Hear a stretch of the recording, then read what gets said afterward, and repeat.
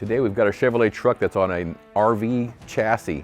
The chassis had a 454 in it. These guys put this truck cab on it with a flatbed and EFI on it. They brought it to me, it wasn't running right, it was popping out of the carburetor. Long story short, I had a flat cam. So I pulled the motor out, bought a long block off of eBay. It's a 496-inch motor with aluminum heads. Had a hydraulic camshaft in it. We went to spin the thing over and it locked up. Pulled it apart and there was metal in the mains. So cleaned the whole block, had the crank fixed, new bearings, put it all back together.